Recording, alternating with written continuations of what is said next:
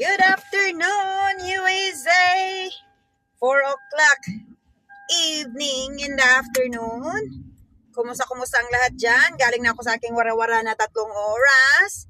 Good morning, Pilipinas. 5 o'clock na sa Pilipinas ngayon, guys, kasi we are 13 hours different. So, because you know why it's 13 hours? Before, on the summertime, usually we have the same hours. 12 hours lang ang different natin.